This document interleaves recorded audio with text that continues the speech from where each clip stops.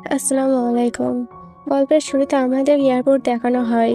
সেখানে আমরা ব্র্যাড নামের একজন পাইলটকে দেখি। সে দ্রুত বিমানের দিকে এগিয়ে যাচ্ছে এবং একই সঙ্গে ভিডিও কলের মাধ্যমে নিজের মেয়ের সঙ্গে কথা বলছে। তার মেয়ে বলে, আজ সকালে আমি খবর দেখেছিলাম। সেখানে বলা হচ্ছিল, আপনি যে জায়গায় যাচ্ছেন সেখানে আবহাওয়া খুবই খারাপ, যার কারণে আরও অনেকগুলো ফ্লাইট বাতিল করে দেওয়া হয়েছে। তাই আপনারও ফ্লাইট বাতিল করে বাড়ি ফিরে আসা উচিত। কিন্তু ব্র্যাড হাসতে হাসতে জবাব দেয়, আমি আগেও অনেকবার এমন খারাপ আবহাওয়ায় নিরাপদে বিমান চালিয়েছি, তাই তুমি চিন্তা করো না। আমি খুব শীঘ্রই বাড়ি ফিরে আসবো। এটা শুনে তার মেয়ে খুশি হয়ে কল কেটে দেয়। এরপর ব্র্যাড বিমানের ককপিটে এসে কো পাইলটের সঙ্গে দেখা করে। কো পাইলট একটু নার্ভাস ছিল, কারণ আজই সে প্রথমবারের মতো ফ্লাইট চালাতে যাচ্ছে। ঠিক তখনই এক এয়ার হোস্টেস এসে ব্র্যাডকে বাইরে ডাক দেয়। বাইরে একজন পুলিশ অফিসার ব্র্যাডকে জানায় যে জরুরি পরিস্থিতির কারণে তাকে একজন খুনিকে সঙ্গে নিতে হবে, যার নাম টনি।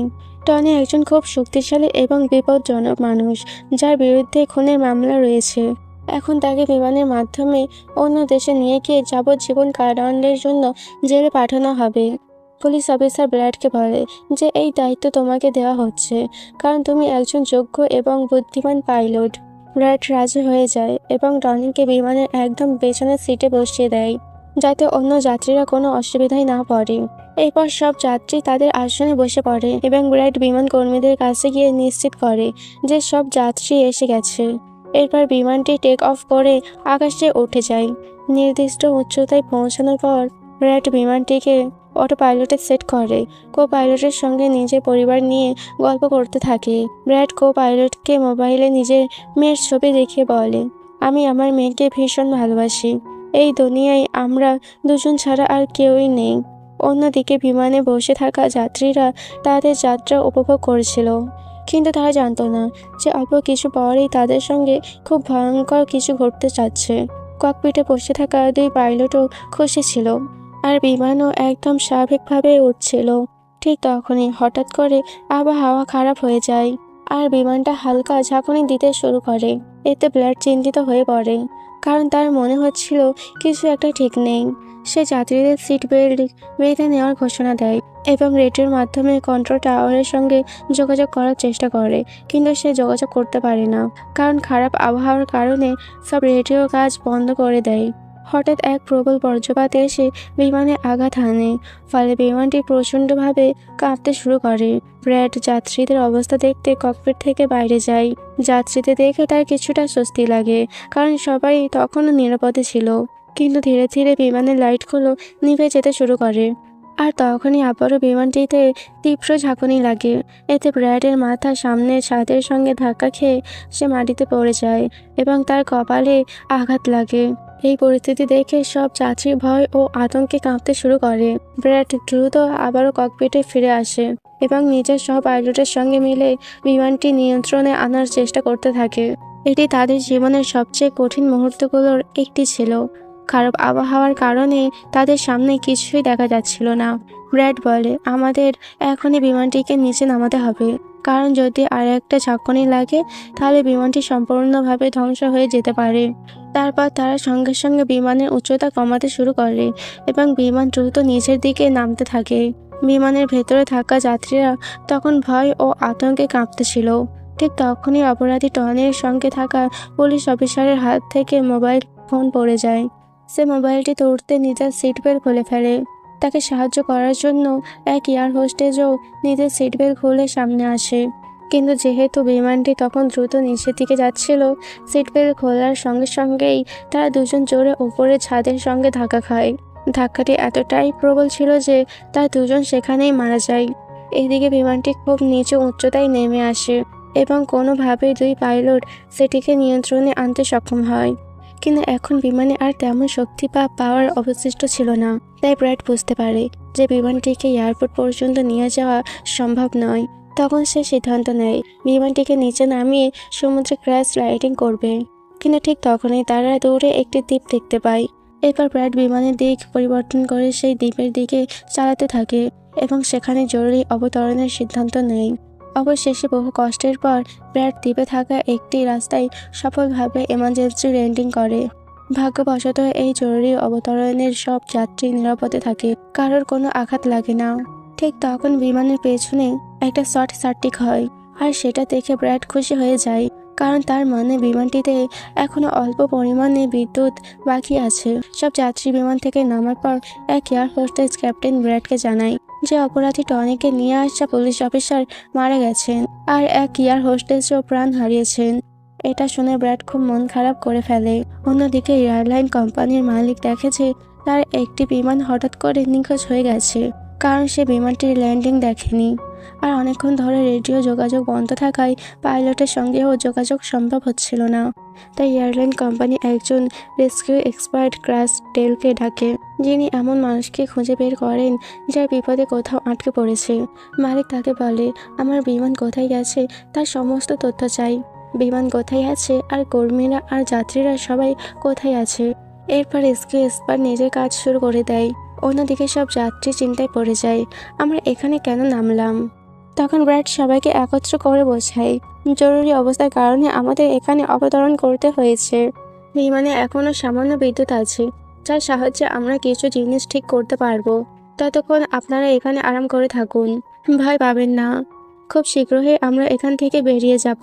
এরপর ব্র্যাড বিমানের কাছে গিয়ে সেটিকে ঠিক করার চেষ্টা শুরু করে, কিন্তু দেখে বিমানের পাওয়ার খুব কম বাকি আছে। তাই তারা সিদ্ধান্ত নেয় যে এখন তাদের সাহায্যের জন্য অপেক্ষা করতে হবে। তার মানচিত্র খুলে নিজেদের অবস্থান খুঁজতে শুরু করে, যাতে জানতে পারে তারা আসলে কোথায় আছে। ব্র্যাডের সহ পাইলট মানচিত্র দেখে বলে, আমরা এক প্রাইভেট দ্বীপে আটকে পড়েছি। এই জায়গাটা খুবই বিপজ্জনক। এখানে এমন লোকেরা থাকে যারা কোনো সরকার বা প্রশাসনের কথা শুনে না। যদি এরা আমাদের ধরে ফেলে তাহলে আমাদের জীবন বিপদে পড়বে, আর আমাদের সরকারও আমাদের রক্ষা করতে পারবে না। এটা শুনে ব্র্যাড বলে, আমাদের যেভাবেই হোক নিজেদের রেস্কিউ টিমকে এখানেই ডাকতে হবে, যাতে তারা এসে আমাদের সবাইকে বাঁচাতে পারে।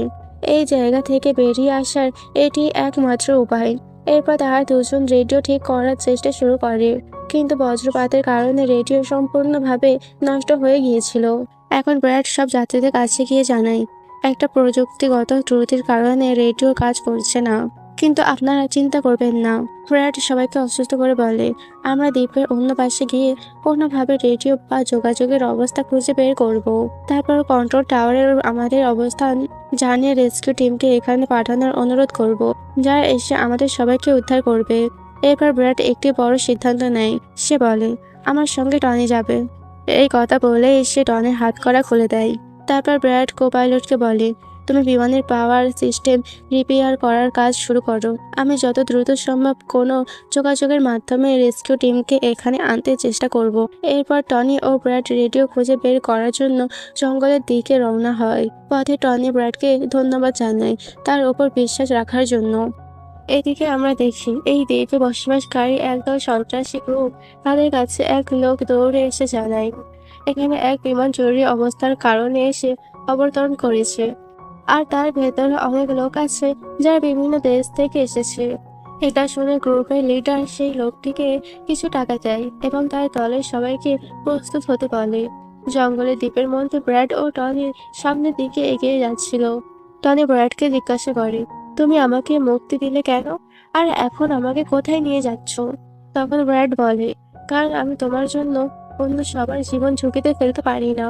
এখানে একদল বিপজ্জনক সন্ত্রাসী আছে, আর তাদের মোকাবেলা করার জন্য তোমাকে আমার সঙ্গে একসঙ্গে লড়তে হবে। তখন টনি ব্র্যাডকে বলে, আমি সামরিক পটভূমি থেকে এসেছি। আমি বহু বছর ধরে মার্কিন সেনাবাহিনীতে চাকরি করেছি। কিছুক্ষণ পর হঠাৎ পেছন থেকে টনির কোনো শব্দ আসে না। ব্র্যাড যখন পেছনে ফিরে তাকায় দেখে টনি সেখানে নেই। সে ব্র্যাডের কাছ থেকে পালিয়ে গেছে। এখন ব্র্যাড একাই জঙ্গলের ভেতরে এগিয়ে চলতে থাকে। জঙ্গলের আরো ভেতরে গিয়ে ব্র্যাড একটি পরিত্যক্ত পুরনো কারখানায় ঢোকে, যেখানে সে একটি টেলিফোন খুঁজে পায়, কিন্তু সেটি পুরনো ধাঁচের নষ্ট হয়ে পড়েছিল। এরপর ব্র্যাড পাশে থাকা তারগুলো জোড়া দিতে শুরু করে এবং কিছুক্ষণের মধ্যেই টেলিফোনটি কাজ করতে শুরু করে। ব্র্যাড দ্রুত কোম্পানির হেডলাইন নাম্বারে কল করে। সে হেল্পলাইন কর্মীকে নিজের অবস্থা ও পুরো পরিস্থিতি জানিয়ে দেয়, কিন্তু লাইনের সমস্যা থাকার কারণে তার কথা ওখানকার ব্যক্তির কাছে পরিষ্কারভাবে পৌঁছাচ্ছিল না। ফলে হেল্পলাইন কর্মী কলটি কেটে দেয়। তখন ব্র্যাডের মাথায় এক বুদ্ধি আসে। সে নিজে মেয়েকে ফোন করে এবং তাকে নিজের অবস্থান সহ সব তথ্য একটা কাগজে লিখে তার অফিসে পৌঁছে দিতে বলে। কিন্তু ঠিক সেই কথোপকথনের মাঝখানে পেছন থেকে একজন এসে ব্র্যাডের ওপর হামলা করে। ব্র্যাড অনেক কষ্টে তাকে কাবু করে ফেলে এবং মারধর করে অজ্ঞান করে দেয়। ঠিক তখনই ব্র্যাড টের পায় আর একজন লোক ঘরে ঢুকছে, তাই সে দ্রুত লুকিয়ে পড়ে। কিন্তু দেখা যায় সেই লোকটি আর কেউ নয়, টনি। টনি ইতিমধ্যে অনেক গুন্ডাকে মেরে তাদের অস্ত্র দখল করে ফেলেছে। আর সে ব্র্যাডকে ডেকে বলে, ভয় পেও না, বাইরে এসো। তারপর যখন ব্র্যাড সামনে আসে, টনি তাকে নিজের নিরাপত্তার জন্য একটি বন্দুক হাতে তুলে দেয়। এরপর তারা দুজন কারখানার নিচতলায় নেমে যায়, যেখানে তারা একটি ক্যামেরা খুঁজে পায়। ক্যামেরার রেকর্ডিং ও পাশে পড়ে থাকা কিছু পাসপোর্ট দেখে তারা বুঝতে পারে এই দ্বীপে থাকা সন্ত্রাসীরা বাইরের মানুষদের অপহরণ করে তাদের পরিবারের কাছ থেকে বিশাল অঙ্কের মুক্তিপণ দাবি করে। কিন্তু যখন তাদের পরিবার টাকা দিয়ে দেয়, তখনও এই সন্ত্রাসীরা বন্দীদের ছেড়ে দেয় না, বরং নির্মমভাবে মেরে ফেলে। এটা দেখে ব্র্যাড বুঝে যায় যে তাদের বিমানের যাত্রীরাও এখন ভয়ঙ্কর বিপদের মধ্যে রয়েছে। এরপর তারা দুজন বাইরে বেরিয়ে আসে এবং সামনে একটি গাড়ি দেখতে পায়। সেই গাড়িটি ছিল সেই সন্ত্রাসী যাকে কিছুক্ষণ আগে ব্র্যাড মেরেছিল। তাই তারা দুজনে এই গাড়িটিতে উঠে বসে যাত্রীদের দিকে রওনা দেয়।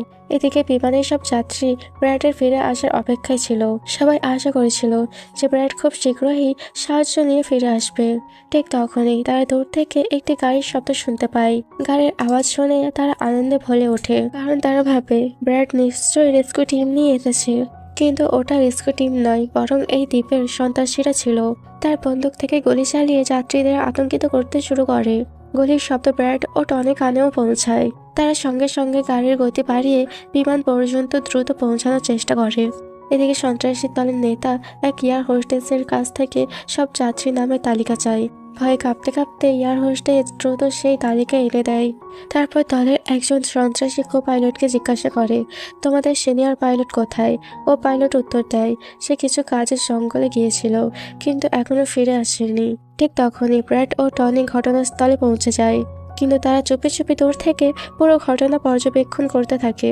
এরই মধ্যে এক মহিলা সেখান থেকে পালানোর চেষ্টা করেন, কিন্তু লোকগুলো তাকে গুলি করে মেরে ফেলে। এটা দেখে ব্র্যাড তাদের সাহায্য করতে চায়, কিন্তু টনি তাকে থামিয়ে দেয় এবং টনি তাকে বলে যে তুমি শান্ত থাকো, এখন যাওয়া ঠিক হবে না। গ্যাংয়ের লিডার সমস্ত যাত্রীদের একটা পাশে বসিয়ে নেয় এবং গ্যাংয়ের লিডার তার দুই সঙ্গীকে সেখানে রেখে তাদের বলে যে যাও, জাহাজের ভেতরে যা কিছু মূল্যবান জিনিস আছে তা নিয়ে আসো। এরপর এই লোকগুলো সব যাত্রীদের নিজেদের আস্তানায় নিয়ে যেতে থাকে। গ্যাং চলে যাওয়ার পর ব্র্যাড টনির ওপর রাগ করতে থাকে যে লোকগুলো আমাদের যাত্রীদের নিয়ে গেল আর তুমি আমাকে যেতেই দিলে না। যার ওপর টনি তাকে বোঝায় যে ওরা সংখ্যায় অনেক বেশি ছিল, তুমি যদি চলেও যেতে তাহলে এত বড় বাহিনীর সাথে একা লড়তে পারতে না। এখন ওরা দুজনা প্লেনের দিকে এগিয়ে যেতে থাকে এবং সেই দুই গুন্ডাকে ধরে ফেলে যারা প্লেন থেকে মূল্যবান জিনিস চুরি করছিল। ব্র্যাড বন্দুকের মুখে তাদের জিজ্ঞাসা করে যে তোমাদের লিডার যাত্রীদের কোথায় নিয়ে গেছে, যার উপর সে জানায় যে এখান থেকে কিছু দূরে আমাদের একটি আস্তানা আছে এবং ওরা সবাই সেখানে গেছে। অন্যদিকে ব্র্যাডের মেয়ে রেস্কিউ এক্সপার্টের কাছে ব্র্যাডের লেখা কাগজটা দিয়ে দেয়, যাতে প্লেনের লোকেশন ও সমস্ত তথ্য লেখা ছিল। রেস্কিউ এক্সপার্ট স্যাটেলাইটের সাহায্যে প্লেনের লোকেশন খুঁজে বের করে। তারা জানতে পারে যে প্লেনটি একটি দ্বীপে আটকে পড়েছে এবং তারা এটাও জানতে পারে যে এই দ্বীপে একটি বিপজ্জনক আতঙ্কবাদী গোষ্ঠী আছে। এরপর সেই রেস্কিউ অফিসার তার এক প্রাইভেট আর্মির ক্যাপ্টেনকে ফোন করে এবং তাকে পুরো পরিস্থিতি বুঝিয়ে সেই দ্বীপে যেতে বলে। প্রাইভেট আর্মির ক্যাপ্টেন রাজি হয়ে যায় এবং তার সঙ্গীদের সাথে টাকায় ভরা একটি ব্যাগ এবং অনেক অস্ত্রের ব্যাগ গাড়িতে লোড করে সেই দ্বীপে যাওয়ার জন্য তৈরি হয়ে যায়। ব্রেড দেখলো যে সন্ত্রাসীরা যাত্রীদের নিয়ে যাওয়ার আগেই জাহাজের কো পাইলট জাহাজের পাওয়ার সিস্টেম মেরামত করে ফেলেছে এবং ব্রেড দেখলো যে জাহাজের বিদ্যুৎ ফিরে এসেছে। এটা দেখে সে খুব খুশি হয়। এবার ব্রেড তার ইউনিফর্মে একটি বার্তা লিখে রেখে দেয় আসন্ন প্রাইভেট আর্মি টিমের জন্য এবং টনির সাথে সেই জায়গায় রওনা হয় যেখানে গ্যাংয়ের লোকেরা বিমানের সমস্ত যাত্রীকে নিয়ে গিয়েছিল। জঙ্গলের রাস্তা ধরে তারা দুজন সন্ত্রাসীদের আস্তানায় পৌঁছায় এবং তারা গাড়ি থেকে নেমে গোপনে সেই জায়গায় প্রবেশ করে যেখানে সমস্ত গুন্ডা যাত্রীদের ভয় দেখিয়ে তাদের ভিডিও তৈরি করেছিল, যাতে তারা সেই ভিডিওগুলি তাদের পরিবারকে পাঠিয়ে তাদের কাছ থেকে টাকা আদায় করতে পারে। অন্যদিকে রেস্কিউ বিশেষজ্ঞের পাঠানো প্রাইভেট টিমও প্লেনের কাছে পৌঁছে যায়, কিন্তু সেখানে কাউকে না পেয়ে টিমের নেতা প্লেনের ভেতরে গিয়ে পরীক্ষা করেন। সেখানে তারা দুজনের মৃতদেহ খুঁজে পান। এরা ছিল সেই দুজন যাদেরকে গ্যাংয়ের নেতা প্লেন থেকে সমস্ত মূল্যবান জিনিস চুরি করতে বলেছিল, কিন্তু ব্র্যাড তাদের দুজনকে মেরে ফেলেছিল। প্রাইভেট টিমের ক্যাপ্টেন ব্র্যাডের রেখে যাওয়া বার্তাটিও পান, যা ছিল সেই সন্ত্রাসী গ্যাংয়ের আস্তানা পর্যন্ত আসার রাস্তা। সন্ত্রাসীদের আস্তানায় টনি ও ব্রেড গোপনে তাদের ওপর নজর রাখছিল এবং সুযোগ পাওয়া মাত্র তারা দুজন পেছন দিক থেকে এসে দুজন সন্ত্রাসীকে মেরে ফেলে। তার উপর তারা দুজন চুপচাপ এগিয়ে যায় এবং একটি ঘরের বাইরে পৌঁছায়। এই ঘরের ভেতরে সমস্ত যাত্রীকে বন্দি করে রাখা হয়েছিল। এবার ব্রেড এই লোকদের মুক্ত করতে চেয়েছিল, কিন্তু সেখানে অনেক প্রহরী পাহারা দিচ্ছিল এবং ব্রেডের কাছে দরজার তালা খোলার চাবিও ছিল না। এরপর তারা দুজন একে একে সেই প্রহরীদেরকে মেরে ফেলে এবং টনি তো হাতুড়ি তুলে অনেক প্রহরীদেরকে হাতুড়ি দিয়ে আঘাত করে। এখানে ব্রেড এক প্রহরীর কাছ থেকে চাবি নিয়ে যাত্রীদের ঘর থেকে মুক্ত করে দেয়। সে তাদের বলে যে তোমরা সবাই তাড়াতাড়ি সে বাসে উঠে পড়ো, যে বাসে করে সন্ত্রাসীরা তোমাদের এখানে এনেছিল, এবং তারা সবাই দ্রুত সেই বাসে গিয়ে বসে পড়ে। কিন্তু তখনই টনি ব্রেডের কাছে এসে জানায় যে এখান থেকে গাড়ির মাধ্যমে বাইরে বেরোনোর শুধুমাত্র একটি পথই আছে, কিন্তু সেখানে বন্দুক হাতে অনেক গুন্ডা দাঁড়িয়ে আছে যারা আমাদের দেখলেই আমাদের ওপর গুলি চালানো শুরু করে দেবে। যখন ব্রেড যাত্রীদের দিকে তাকায় তখন তারা সবাই খুব ভয় পেয়েছিল। এখন ব্রেড নিজের জীবন বিপন্ন করে একটি সিদ্ধান্ত নেয় এবং টনিকে বলে যে আমি সেখানে উপস্থিত সমস্ত সন্ত্রাসীর মনোযোগ সরাবো এবং তুমি সুযোগের সদ্ব্যবহার করে সমস্ত যাত্রীর এখান থেকে নিয়ে যাবে। প্রথমে টনি ব্রেডকে এমনটা করতে বারণ করে। সে বলে যে এমনটা করলে তারা তোমাকে মেরে ফেলবে, কিন্তু ব্রেড বলে যে এর বাইরে আমাদের কাছে আর কোনো রাস্তা নেই। এটা শুনে টনি রাজি হয়ে যায়। ব্রেড সেখান থেকে বেরিয়ে সন্ত্রাসীদের কাছে আসে। সেখানে ব্রেড গ্যাংয়ের নেতার সাথে কথা বলে যে আমি সাহায্যের জন্য জানিয়ে দিয়েছি, শীঘ্রই এখানে উদ্ধারকারী দল এসে পৌঁছাবে, তাই সমস্ত যাত্রীকে এখান থেকে যেতে দিন।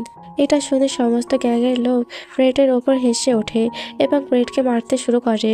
গ্যাংয়ের প্রধান বলে যে এভাবে কিভাবে ছেড়ে দেব, টাকা ছাড়া আমি কাউকে ছাড়ি না। আর এখন যখনই তারা ব্রেডকে মারতে যাচ্ছিল ঠিক তখনই সেখানে প্রাইভেট রেস্কিং টিম এসে সন্ত্রাসীদের ওপর আক্রমণ করে এবং অনেকক্ষণ ধরে গুলি চালানোর পরে গ্যাংয়ের অনেক লোককে মেরে তারা ব্রেডকে মুক্ত করে এবং ব্রেডকে বাসে তুলে এখান থেকে চলে যায়। এখানে গ্যাংয়ের নেতা দেখলো যে তার অনেক সঙ্গীর সাথে তার ছোট ভাইও মারা গেছে। এইটা দেখে সে খুব রেগে যায় এবং শপথ করে বলে যে সে এই লোকদের মধ্যে একজনকেও ছাড়বে না এবং সবাইকে পেছে পেছে মারবে। এরপর সে তার টিমকে বলে যে তাড়াতাড়ি তৈরি হয়ে নাও, আমরা শীঘ্রই এই লোকদের মারতে বেরোবো। আসে প্রাইভেট টিমের ক্যাপ্টেন সবাইকে জানায় যে আমরা মাত্র 5 জনের একটি ছোট প্রাইভেট টিম, যা শুধু তোমাদেরকে বাঁচানোর মিশনে এখানে এসেছি এবং আমরা কোনো রেস্কিউ টিম নই। রেস্কিউ টিমের এখানে আসতে আরও কিছু সময় লাগবে।